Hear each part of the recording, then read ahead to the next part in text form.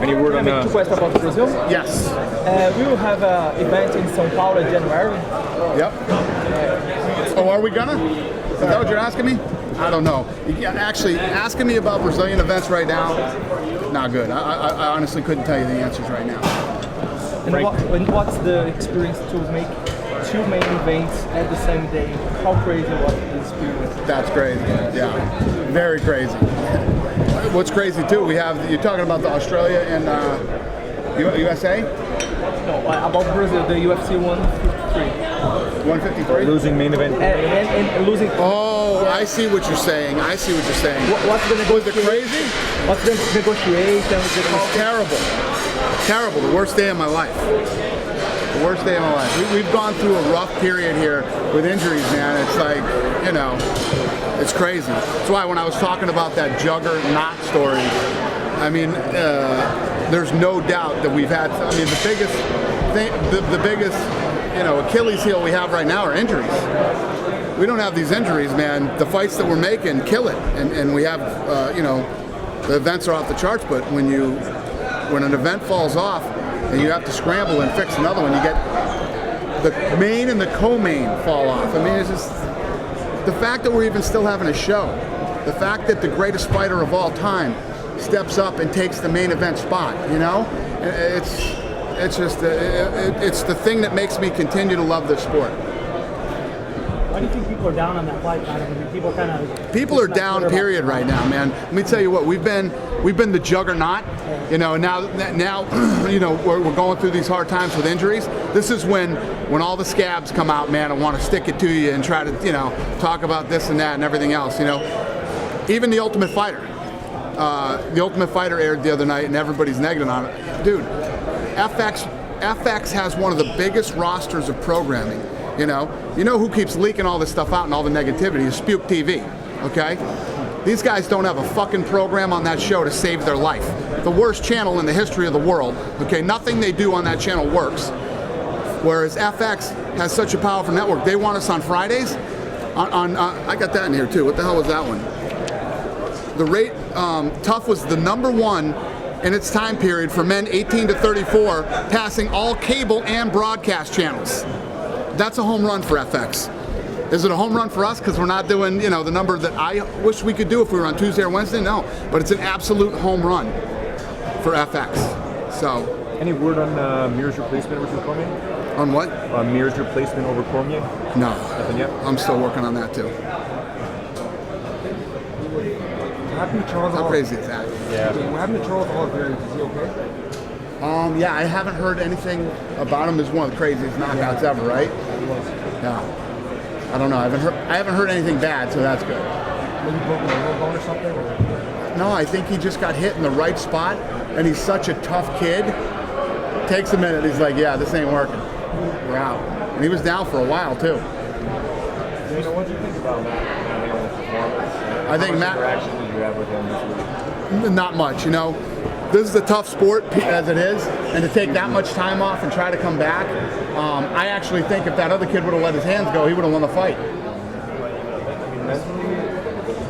Mentally, his people were saying he's 100% and couldn't be better for this week, yeah. But it's a tough sport, man. Speaking of Holland, he didn't look great, but did he get a pass since his debut? Or? He took the fight on 2 weeks' notice, too. Yeah. Imagine if that kid had a real training camp. Who's the guy that really stood out for you on the preliminary card? Kaczynski, Kyle Noak, who's the guy that really stood out? The whole card stood out on the undercard. Every fight that happened, I was like, God damn, man, these guys are going at it. I loved it. It was awesome. Couldn't have had a better prelim card. The guys really brought it, and everybody's going to be getting paid. What do you think of Vinny Margalesh's return? Look good, man. Look great. What about Mitch Gagnon, 64 seconds in his return? He comes back from Brian Caraway, defeats Brian Caraway in Calgary, then comes here, fights huge Willow Watson, 64 seconds, chokes him out. Yeah, it was awesome. I loved it, man. I have no complaints about the card tonight. That's why I wanted as many guys out here as possible. You said John Jones is challenging the top 5 pay-per-view. Yeah. Has that been pretty steady? Well, after that dude wrote that story, I called home for a ton of information. I was talking about now that they lost their all-time #1, pay-per-view giant Brock Lesnar, which he wasn't. George St. Pierre always has been. Yes, definitely Brock Lesnar was one of them. So was Chuck Liddell, you know what I mean? So was Tito at a point. But he's talking about the old days. This is the new, you know, the new guys are here. There's other guys have left. They've passed the torch. And the reality is that the guy's saying how we don't brag about our pay-per-view business anymore. When the fuck did I ever brag about my pay-per-view business? Never. And you'll never hear me cry about it either. Is it going to be difficult to kind of push John to the next level as far as pay-per-view, get to that million number with people booing him? No, a lot of people are cheering at the end of the fight tonight. You know, John's made some mistakes. He has. You know, he's made some mistakes. And now it's time for him to fix them. He's going to be around for a long time. He's not going anywhere unless he does it to himself. What were the mistakes? Huh? What are the mistakes? Driving while intoxicated is a big mistake. The way that whole thing went down with UFC 151. And then whatever the reason is that fans are just negative toward him as it is, calling him fake or phony or whatever. I mean, I think as John, you know, continues to win more fights, continues to feel comfortable with that belt and in his skin right now with who he really is, I think he'll get better all around, you know, publicly, his image, his fighting. There's times when he just feels like he's not comfortable with who he is, which is kind of weird. He's a great fighter. He really is a good guy. He's not a bad guy. You know me, man. If things go south and, you know, I don't see eye to eye and things aren't really right, I'll let you know. Have you seen change? Well, we had a great talk yesterday. Leading up to this thing, leading up was good. You know, I'm not going to talk about anything that we talked about yesterday, and we both kind of shook hands as men and made a couple agreements to each other that I will keep, and hopefully he'll keep his, and we'll have a great relationship. Are you guys not revealing that if any of these fighters were on TRT tonight? Are we not what? Are you not making public that if any of these fighters were on TRT tonight? I have no idea. I have no clue about that. Ask Ratner. You guys don't mind providing that information? I don't care. Yeah, ask Ratner. Yeah.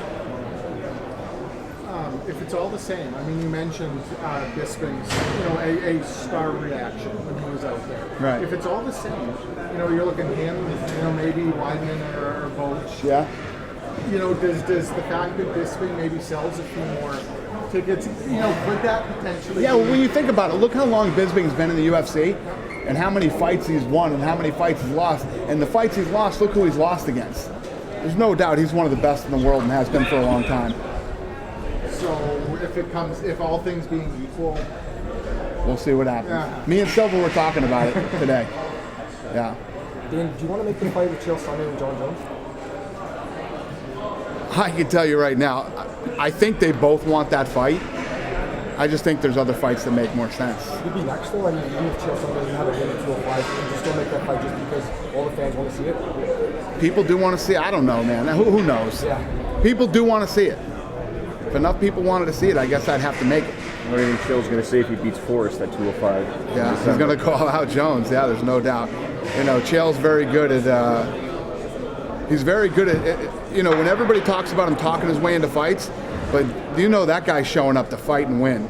You know, so that's why I don't really have reservations about when I call, you know, and talk to John. I thought he was going to take that fight. It's like Chael comes to fight. He'll fight anybody. I know that about him, and it's one of the things that I respect about him. Back to the question about Michael. Should he get a title shot, would you guys consider doing it in England? Or is it a Vegas position? Maybe, yeah. Dana, can I ask you a hockey question? You talked about hockey before in terms of Gretzky and GSP. The sport is on a lockout right now, as you know. What are your thoughts about it? Hockey is? I didn't know that. What are your thoughts about an NHL having a labor stoppage right now? I actually didn't even know that. Yeah, I mean, it happens in all the big sports, man. It always happens. It's one of those things I never like to see. Everybody needs to keep the business rolling. The athletes need to make money, and the owners need to keep the stadiums filled. And I mean, it's like I said, it's a partnership. The same thing that it is with us. I hate to see it. I don't know. I don't even really know what to say about it. I don't know enough about it, number one, and number two, I'm not a big fan of it. I think it always sucks. It always ends up hurting the teams and the players, you know, because it pisses fans off. But I think hockey is such a crazy ass sport up here. Nothing could hurt it. Nothing. They could do whatever they want, and people are going to want to see some hockey. Dana, when you release a fighter, do you have contract action rights for like 2 years or something? Because that's what Bellator says. Roger Holland, they had. Yeah, listen, I don't talk much about Bellator, but what they do is one of the dirtiest things you can do in the business. It's dirty, it's grimy, and it's just despicable. Of course, I have the right to match, but once I cut a guy and let him go, and somebody else tries to sign him, I don't come back and say, "Oh, you're breaking the I have matching." You know what I mean? When you made the decision to cut him, you cut him. That's one of the scummiest, dirtiest things you can do in the fight business. So if the guy Tyson Mann is in that situation, is that a guy you want in the UFC but you can't right now? Yeah, it's not one of those things. You know, that guy's not going to make or break the UFC. But the problem is, the dirty scumbag moves that these guys are pulling hurts the fighter. You know, it's one of the dirtiest, low-down, despicable things you can do in the fight business. You expect that to happen with Eddie Alvarez? I guess that's the way those guys do business. We don't do business like that, you know. I have no beef with those guys. They're doing their own thing. I could care less. But that's dirty. That's dirty, and it's borderline criminal. Speaking of guys let go recently, you guys let Miguel Torres go recently. I don't think I've heard you talk much about it. I'm sorry. Say that again. Miguel Torres, when you let him go, it was 3 months after he lost or whatever. Yep. Can you go into that decision at all, or it is what it is? Miguel's a good guy. I like him and I respect him, and you know, he's fought a lot of great fights, and he was a great champion and everything else. But we just decided to part ways. Is it a situation where he gets a few wins outside the company, maybe he comes back one day? I don't know. Do that very often, but I don't know. Maybe. Can you talk about the flyweight championship, or whether this is an evolution type thing, or would there come a process where the flyweight championship can actually carry a card? It will carry a card. This thing that happened here tonight with the flyweight, it's the same thing that happened with the 155-pound division. Everybody said that BJ Penn could never be a star, and they're too small, and they could never this and that. BJ Penn not only became a star, he's a legend in the sport of mixed martial arts, and carried many cards. When Michael Bisping talks about he felt the fight had to be a fight where it couldn't be a wrestling thing, because that's not what the fans were going to want. Fans I think maybe wanted more from this fight. And maybe it was as a technical fight, it was fine, but maybe they wanted more. How would you respond? Yeah, I think that the fans always want guys to run out and just start blasting each other in the face, but Stan and Bisping had a lot on the line tonight. You had two of the top guys in the world fighting, and you know, guys aren't just going to run out and do the windmill to entertain. I mean, if you're a real fight fan and you understand this sport, you understand the well-roundedness and the game plan that they're going out with. I mean, both of those guys were getting blasted with big shots. Both guys were getting rocked and getting hurt. Both guys were in bad positions on the ground and on the feet, and they both fought a great fight. You know, I mean, I don't know what you guys want. If you come out to a fight to see the best in the world, just go out and fight like idiots. Go watch Tough Man competition or some stupid shit like that. You know? What do you want to do with Vitor? I mean, the guy just, he's a middleweight. He goes up to 205 and he fights John Jones and puts on that performance. Would you rather he stay at 205 or back to middleweight? It's up to Vitor. Vitor stepped up to the plate and took this fight, begged for this fight and wanted it. He's a guy who we respect, man. So we'll figure Vitor out, see what he wants to do. Stan and Vitor both lost today. Do you think it would be a good fight between both of them eventually? Help me out with that. Who did he say? What did he say? Stan and Belfort. Stan and Belfort? Yeah. Anything's possible, man. There's so many fights that we can make. Yeah. Dana, did you see Rumble Johnson got a head kick knockout last night? No, I heard though. Do you think he's close to getting back? We'll see. I like the kid. It's not like I don't like him. He's gonna have to. I want to see him make weight another time, and then we'll. If he comes back, is it going to be as a 205er, or do you want him at 185? I don't care what weight he's at, as long as he fucking makes weight. Roy Jones, Kimbo Slice, you hear about that? Yeah. And? Hey, It's an exhibition. I got to be honest with you. It's an exhibition fight Apparently, yeah. because they wouldn't be allowed to box because Kimbo doesn't have enough experience. They'd have to do it podunk fucking somewhere to make that one happen probably. But listen, I respect both guys. You know, I like Kimbo. Kimbo's a really nice guy, and I like Roy Jones too. So if they can both make some money, I'll buy it. I'll watch it. Dan, do you have any update on your illness? Are you still getting surgery? Yeah, but this thing's fucking driving me crazy. You know, you noticed the guys who were with me last week, I got all cocky and started talking shit about how I had this thing under control, and it fucking reminded me who the boss is, so whatever. Do you think about the Ultimate Fighter Brazil #2? Lioro The Ultimate Fighter? Yeah, Lioro and Shogun will be the coaches. How did you know? I'm kidding. I don't know who the coaches are yet. We're still working on it, but yeah, I mean, we'll figure it out, yeah. We're working on it now. Now? Yeah, now. Any name to help us? Any weight division? No? I got nothing for you, my friend. Okay. This was a shitty trip for you to take out here. I gave you nothing on Brazil. Exactly. Dan, last week was a very big weekend for boxing. Was a what? It was a big weekend for boxing. Yep. And if you look at it with the undercards and Golden Boy giving out $100,000 Yep. knockout, you look at those things, do you just kind of smile because it seems like a lot of the things that they're doing are things that you're doing here? I'm honored. I'm honored that they're doing the things that they're doing because 8 years ago they thought we were nuts and they thought we would never make it. And now they're, you know, and Oscar De La Hoya is a friend of mine and he doesn't try to say, oh, we're not doing this, we're not doing that. I said, hey, they've done great things and we respect what they've done and we want to, we want to give it a shot too. I love the sport of boxing and I bought the Chavez fight.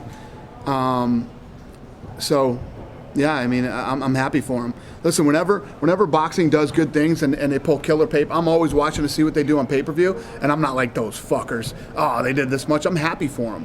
I want to see combat sports do better. I want to see boxing pull bigger numbers. I'm not Bob Arum. I'm not crusty dick. You know what I mean? I'm not out there smashing everything that we do and saying negative stuff about boxing. Boxing's fucking great. It's an incredible sport. I wouldn't be sitting here right now if it wasn't for the sport of boxing.